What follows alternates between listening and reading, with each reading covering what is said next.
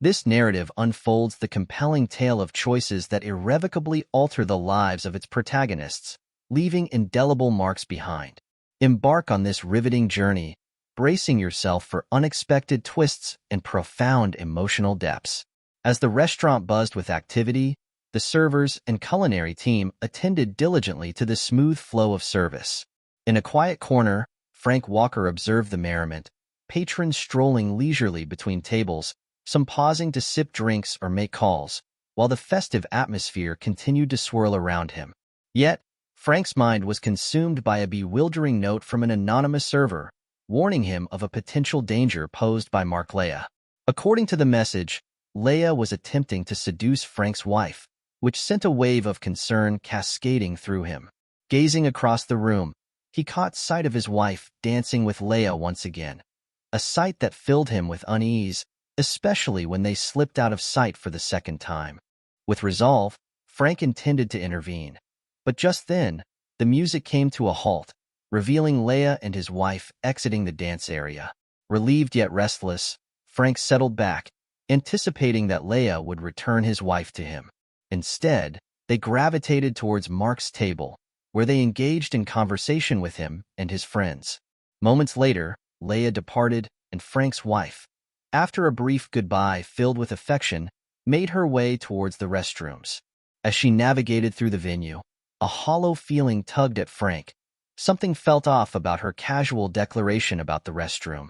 It was her pause and declaration of love that suggested something might be amiss. Determined to uncover the truth, Frank rose from his seat and began to follow her. However, he barely took 2 steps when Leia and his entourage blocked his path, just as the warning note had suggested. Frank was no ordinary man. He was a fixer by profession, traveling the globe weekly to mend crises for various organizations. He was accustomed to dealing with high-ranking officials who ascended through manipulation and deceit. Daily, he confronted obstinate executives who exploited others, relishing power dynamics. His work had often put him in perilous situations, including threats from a drug syndicate after he shifted a manufacturing firm out of Mexico. Yet, within this chaos, he thrived, and the moment was no different. When Leia and his companions confronted him, Frank swiftly altered the power dynamic, causing them to shrink back in intimidation. With the path cleared, Frank hurried after his wife. "Brooke," he called out, yet she seemed unaware, or deliberately ignored. His presence, quickening her pace towards the rear exit, Frank pushed on, closing the distance. "Where are you going?" he urged again. This time, she paused and turned, irritation etched on her features as she questioned him. He sensed a chasm between them, an unusual distance in her demeanor that crushed his concerns. "What are you doing here?" she asked, her tone suggesting she wished he weren't. Frank pressed for an answer, and after a moment of hesitation, Brooke appeared conflicted. "I want to," she started, but the words faltered. He searched her eyes, caught in a web of uncertainty. Brooke finally responded after an agonizing pause. Earlier that evening, by chance, she had crossed paths with Mark Leia just after exiting the restroom. He had greeted her warmly, stopping her in her tracks to introduce himself before she returned to her table, where Frank awaited her. As the evening festivities hit their stride, Mark's arrival at their table had lit a spark among the guests, delighted by the presence of a local sports hero. He was charming, graciously shaking hands and snapping selfies, before turning his charm towards Brooke, inviting her for a dance. Totally taken by surprise, she had initially declined, but the cheers from onlookers and Frank's silent acquiescence led her to accept. Dancing with Mark was unlike anything she had ever experienced. His youthful charisma, coupled with his athletic prowess and exceptional dancing skills, exhilarated her. Each heartbeat echoed the thrill she felt under his confident touch as he whispered enchanting sentiments that resonated deeply within her. Suddenly, as night unfolded into a whirlwind of dances and shared glances, her apprehension faded, giving way to an undeniable attraction.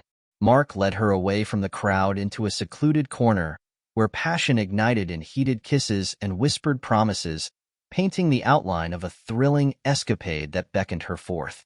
How could she resist an alluring invitation to his home, to explore deeper connections and embrace the thrill of passion.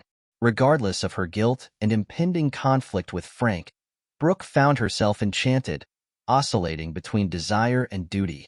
Rationalizing her feelings, she told herself Mark represented an adventure, an irresistibly tempting turn that might even be seen as a benign indulgence by Frank. Could he understand that on some level, this was about her, as much as it was about them? As the celebration wound down, Mark returned with an invitation for one final dance. Frank's irritation flared, but he couldn't deny her the moment. Cleverly sidestepping his objections, she agreed, savoring the melody that took them back to the dance floor. In shadows, Mark proposed they leave, and she, unable to resist, laughed and confirmed her willingness. Yet, just as they prepared to slip out, Frank appeared at the exit, blocking her path and demanding answers. "Brooke, where are you going?" he pressed, his emotions cloaked in a calm composure that belied the turbulent conflict within him. "I'm going with Mark," she declared, her heart hammering in trepidation as she faced the reality of her choice. The evening, cloaked in excitement, threatened to shatter with the weight of her confession, creating an intricate web of loyalty, desire, and betrayal that had yet to unravel. "I'll call or text you later to explain exactly what I'm doing, but right now, I have to go. Mark is waiting," she said, trying to keep her voice steady. Frank, maintaining his calm demeanor, effectively blocked her path, insisting he required an immediate understanding of her intentions. "Oh my God, Frank, please don't make a scene. Just let me go, and I promise I'll clarify everything afterward," Brooke pleaded, her exasperation rising. "Brooke, I need you to tell me what's happening right now," Frank replied firmly, his voice steady but rising in intensity. Faced with Frank's steadfastness, Brooke's defensiveness flared. "You don't command me, Frank. Move aside and let me go." "No, Brooke. You are my wife, and you're not leaving until you explain yourself," he countered, his determination coming through clearly. Realizing Frank wasn't going to back down, Brooke took a deep breath, her heart racing. "Frank, I know this sounds awful, and I can hardly believe I'm saying this, but I'm going to spend the night with Mark," she hastily admitted. "But it's just for tonight, and he'll bring me back tomorrow." For a moment, Frank was silent. Processing her admission took time, and his mind spun as he pieced together the implications of her words. His anger simmered beneath the surface. "No, Brooke. You will not spend the night with Leia. You're not going for a sleepover, are you? You plan to be intimate with him, don't you?" Brooke didn't meet his gaze, remaining silent. "Tell me the truth, Brooke. Is that your plan?" Frank pressed harder, his voice low but firm. "Look at me, tell me." Eventually, she resigned herself to the moment. "Yes, Frank, you're right. I plan to be intimate with Mark," she finally admitted, her voice cracking. A heavy silence filled the hallway as she observed the bewilderment etched on Frank's face. "What are you thinking about?" she asked finally, tearing her gaze from the ground. Frank was a man accustomed to managing crises, and yet, the revelation left him profoundly unsettled. "You want to know what I'm thinking? It's astonishing, it's completely crazy," he exclaimed, his voice trembling with restrained anger. Brooke had never witnessed such a passionate outburst from him before, and it unnerved her. "I'm so sorry, Frank. I'm really sorry," she said softly, still unable to meet his eyes. "Why, Brooke? Why are you doing this?" he demanded, feeling a mix of hurt and disbelief. "Listen to me," she implored, her voice shaky. "I understand how crazy this must sound to you, but please try to understand. Every woman dreams about a romantic escapade with a celebrity or someone wealthy. It's just a fantasy, Frank. But Mark, he's different. He's charming and successful. I want to experience that fantasy, just this once." Frank struggled to contain his emotions. "So, you're saying you're willing to be intimate with Mark and just move on as if nothing happened? This experience means that we'll pretend it never occurred? It's not an affair. It's just one night. I'll come back tomorrow. Happy," she insisted, wishing desperately for him to visualize her logic. "But you're choosing to be with him instead of here with me," Frank shot back, his words laced with pain. You're setting aside everything we have to indulge this fantasy that you're convinced is your dream. No, Frank, you're misunderstanding.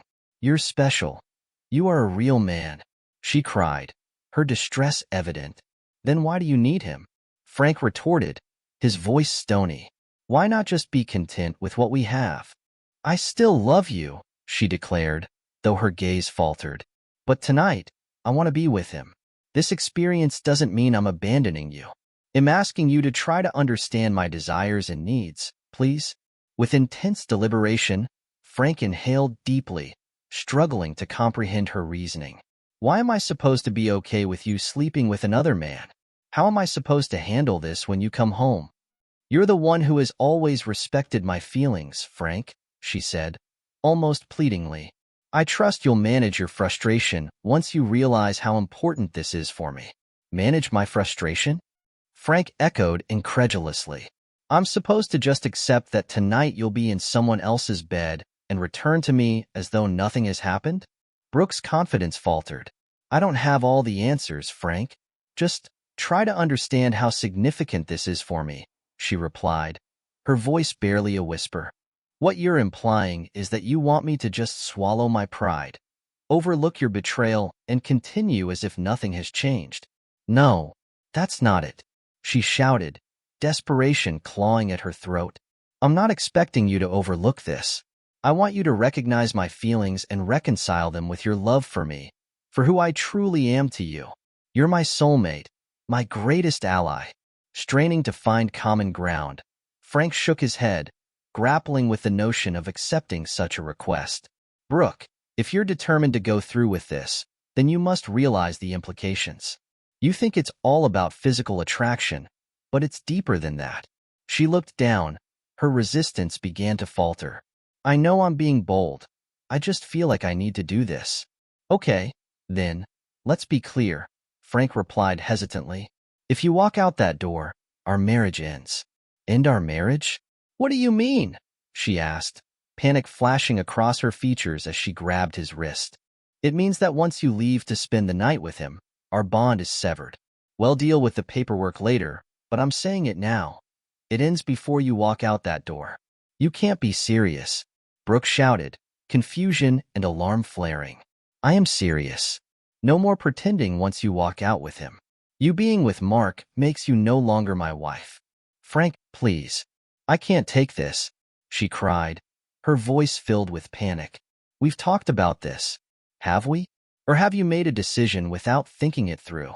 You want to share a night with him, and that's a choice I can't abide by. How could you think I'd throw our love away for a moment? She implored, tears streaming down her cheeks. Frank turned away, unable to look at her. I won't stand by while you decide to toss everything we've built together aside. When he looked back into her eyes, he saw not the rebellious woman he'd once loved, but a person lost in a desperate fantasy. And if I need to come to terms with you being intimate with him, you will need to accept the reality of your decisions. This is what it means, Brooke. This is your choice. Tears fell freely as she faced the truth of what was about to unfold. So tonight, when you're with him, I'm supposed to just accept that? Yes, you can choose to explore this, but it fundamentally changes everything we have. I won't let myself become a man left behind while you pursue a fairy tale. Brooke's heart sank. Frank, please, she pleaded. Don't do this. You're serious about ending everything over a single night? Absolutely, he replied, a weight in his voice that left no ambiguity. Brooke felt her rationale for spending the night with Mark crumble beneath her. Frank, do my feelings really mean so little to you that you would sever our marriage over this without even trying to resolve it together? She asked, her voice trembling with hurt. There's nothing to resolve here, Brooke, he replied, his tone resolute. The truth is certain things in life are absolute, and my wife being intimate with another man is one of those things. I won't agree to a situation where you can sleep with Leia and then act like nothing's changed in our lives. So my emotions and needs mean nothing to you, she retorted sarcastically. Just moments ago, you were ready to let me walk away without a word. Had I not stopped you, you'd be on your way to Mark's place right now for a night of intimacy. Clearly, my feelings are inconsequential to you. Why should your feelings hold any weight for me after that? He challenged, his disappointment apparent. The gravity of her choice hit Brooke hard. Oh my God, Frank, I can't believe what I was about to do. I'm so sorry, she exclaimed. Don't act like you didn't think about it, Brooke. All I could imagine was you getting ready to go with Leia, he replied, barely containing his anger. You didn't consider how your actions would affect me. Frank, please trust me. I had no intention of leaving you behind to spend the night with him, she explained, desperation creeping into her voice. Once I got to Mark's, I planned to message you and let you know what was happening. Message me? Really?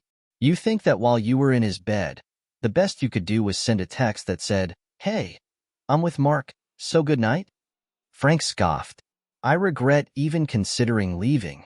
I thought it would be just for tonight, and then I'd come back to you, Brooke reasoned, trying to defend herself. Heartless, Brooke, he shot back, his patience thinning. You made a choice to abandon me, your husband, your best friend, for a fleeting moment with someone you barely know.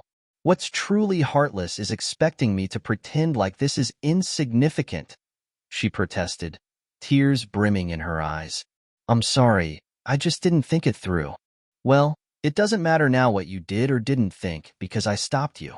Now we face the reality of your decision, Frank stated firmly, looking her in the eye. And the reality is, you have a choice to make right now. Brooke looked at him, confusion flickering in her gaze. What's the choice? It's simple. The exit is right there, and I assume Mark is waiting for you outside. You need to decide, he clarified, emotion hardening his voice. Without hesitation, she responded, I won't walk out that door, Frank.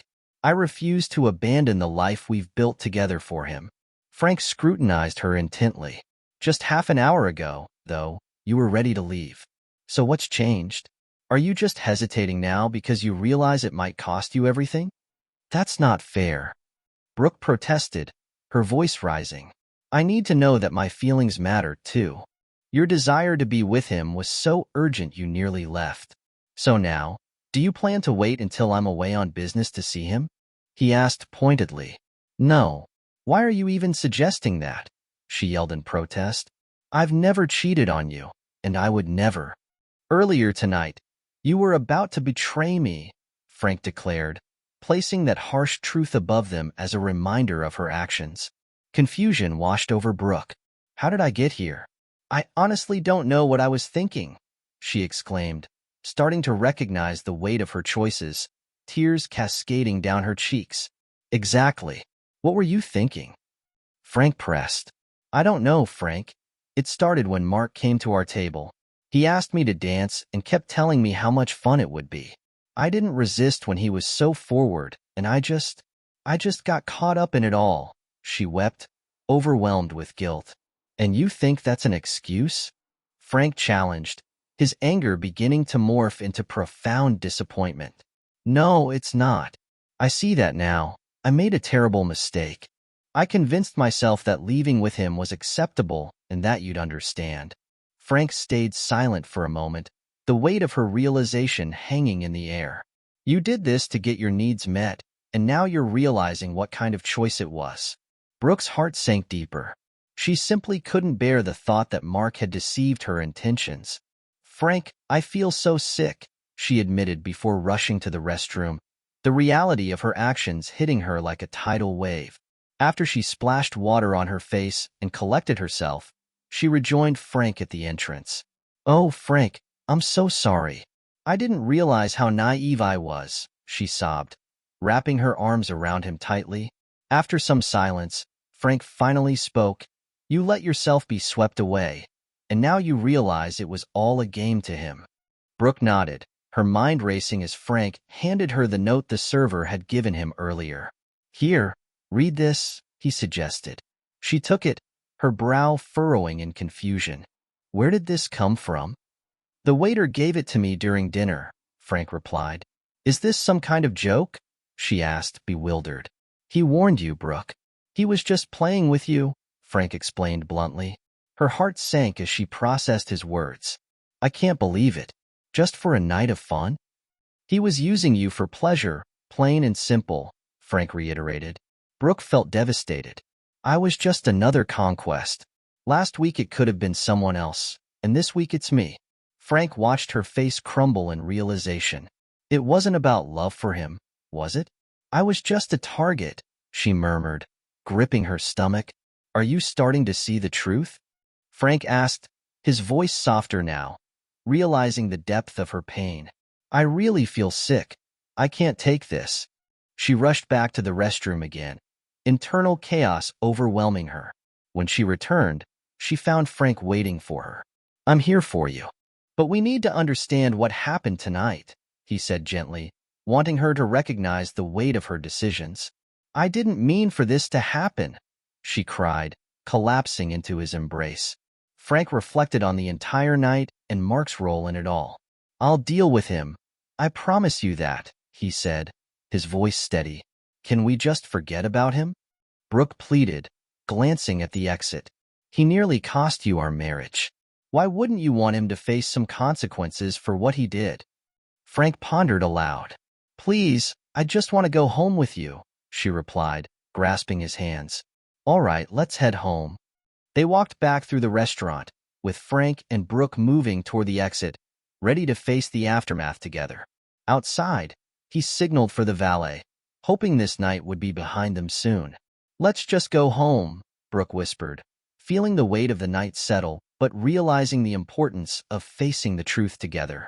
The vehicle sped toward them before coming to a sudden halt, its passenger window sliding down to reveal Mark Laval inside the SUV. Come on, Brooke. You said you wanted to join me, so hop in, he shouted, urging her to get in. Frank, however, stepped forward. She won't be going anywhere with you, he shot back firmly.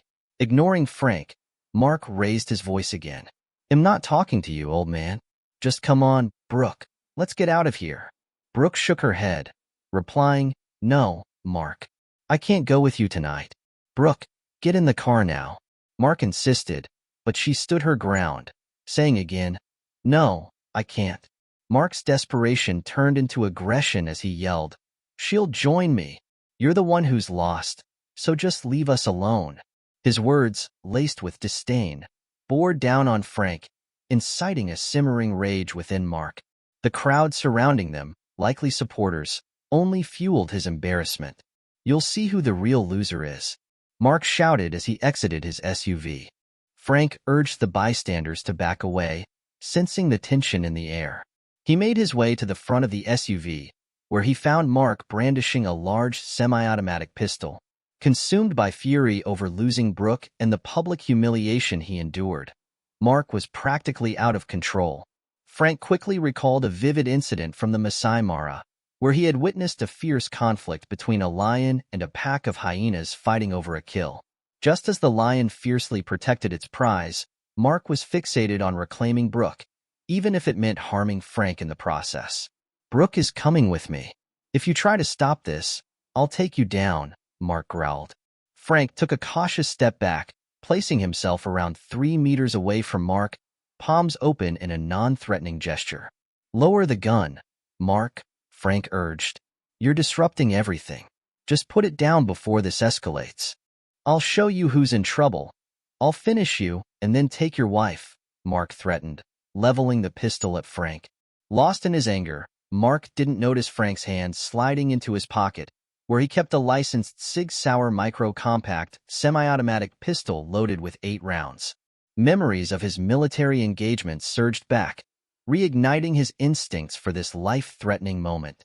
With a calm resolve, Frank steadied himself, drawing his weapon as he aimed at Mark and fired 2 accurate shots without hesitation.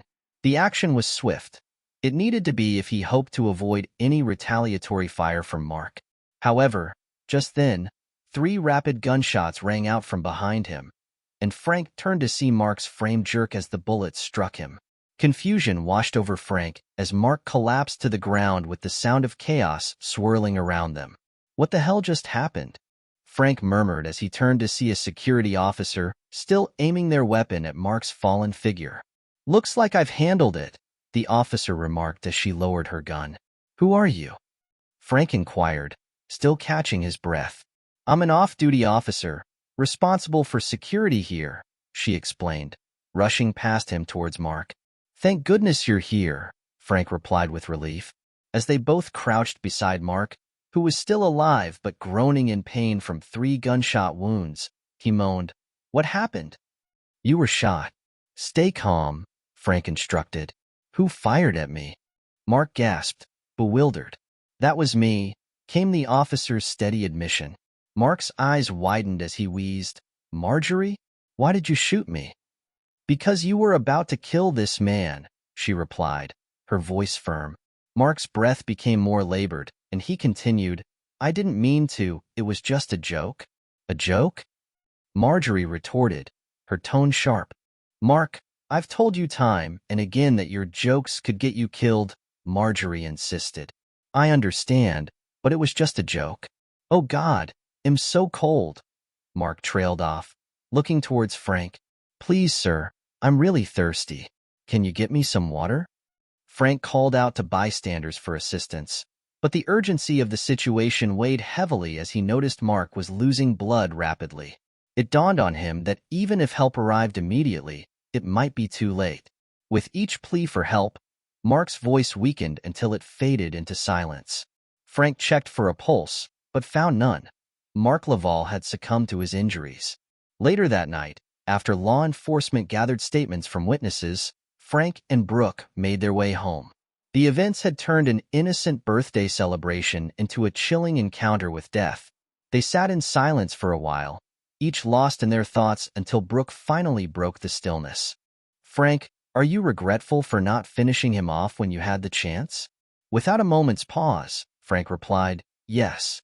Brooke contemplated the swift clarity of his response and detected a hint of resentment in his voice. The evening had left Frank unsatisfied, frustrated that their ordeal with Laval had ended with someone else pulling the trigger. Outside the restaurant, Brooke had an unsettling realization. Frank Walker was now facing Mark Lavalier, and she feared for what that would mean for Mark.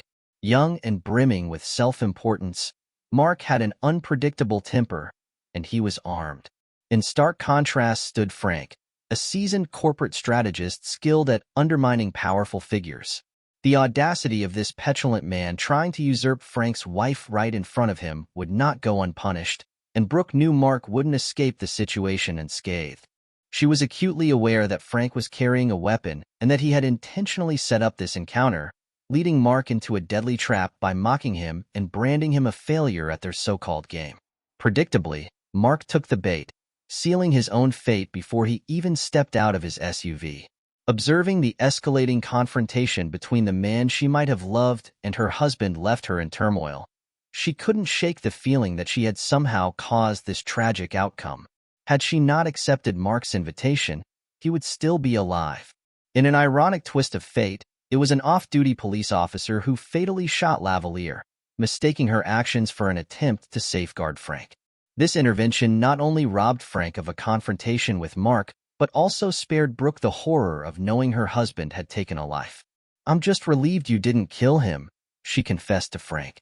"Why's that?" he asked, genuinely curious. "Because it's better that the officer did," she explained, her expression serious. "You mean a police officer?" Frank pressed on. "Yes, and the media," she added. "If I had acted, both the police and the press would scrutinize it endlessly. It would have been a clear case of self-defense. He threatened my life multiple times, standing just 3 meters away. A lethal response would have been justified." Frank nodded, understanding her point and reiterating, "But the press would dig into why you chose to kill rather than merely injure him." "Indeed, that's their job, questioning, speculating, and criticizing. But the fact remains he was a lethal threat. A self-defense claim would force me to aim for a decisive blow," she countered. "Oh," she breathed, reflecting on his statement. "Even if I hadn't pulled the trigger, some blame would still find its way to me." "Correct," Frank confirmed, his tone grave. "So prepare yourself for the inevitable scrutiny. We'll have some legal assistance, but the media won't shy away from twisting the narrative. They'll make it sound like his death was your fault. But remember, we are the victims here. He pursued you, attacked us, and posed a threat." He continued, "But just know that Mark was a celebrated football player and a local hero." Figures like him are often shielded from accountability. For a while, the press will spin a tragic tale of the poor victim, Mark Lavalier, felled by a jealous husband. But eventually, the true story will surface, and they'll lose interest in the saga of a sports icon known for his escapades with married women. Brooke sighed, sharing his wish for everything to just fade away. "I hope it all goes away soon," Frank assured her. "In time, it will." They drove on for a while in silence until Frank ventured a provocative question about whether she regretted missing an intimate night with him. Taken aback, Brooke shot him a disbelieving look, not fully understanding why he would ask such a thing. After a moment to collect herself, she firmly responded, "No, dear, absolutely not." Yet, even with her emphatic denial, Frank sensed there was more beneath the surface. Her prolonged silence and the subtle nuances in her expression told a different story, one of pondering lost fantasies and desire. He understood now that this encounter had reignited notions of her seeking pleasure outside their marriage. During their dance, Mark had enticed Brooke with discussions of desires often left unvoiced, awakening her curiosity. He had persuaded her that to explore these unspoken yearnings, she needed a partner devoid of emotional attachment, an expert in indulgence to help her discover the sensuality lurking within herself. Frank recognized that this groundwork for betrayal had been set, and she was now open to the possibility of intimacy with another. Though she hadn't yet acted on these impulses, he could see the change in her. The way she responded to Mark during their altercation revealed a willingness to seek closeness with someone else. However, at that moment, she was simply navigating her way through the turmoil Frank's intervention had caused. As they continued home, Frank contemplated whether he could ever fully trust her again, knowing that she might be tempted to seek out other men in the future. The tension of their situation, layered with unspoken regrets and desires, lingered heavily in the air, a reminder of the fine line between fidelity and temptation, truth and fiction, desires and moral duties.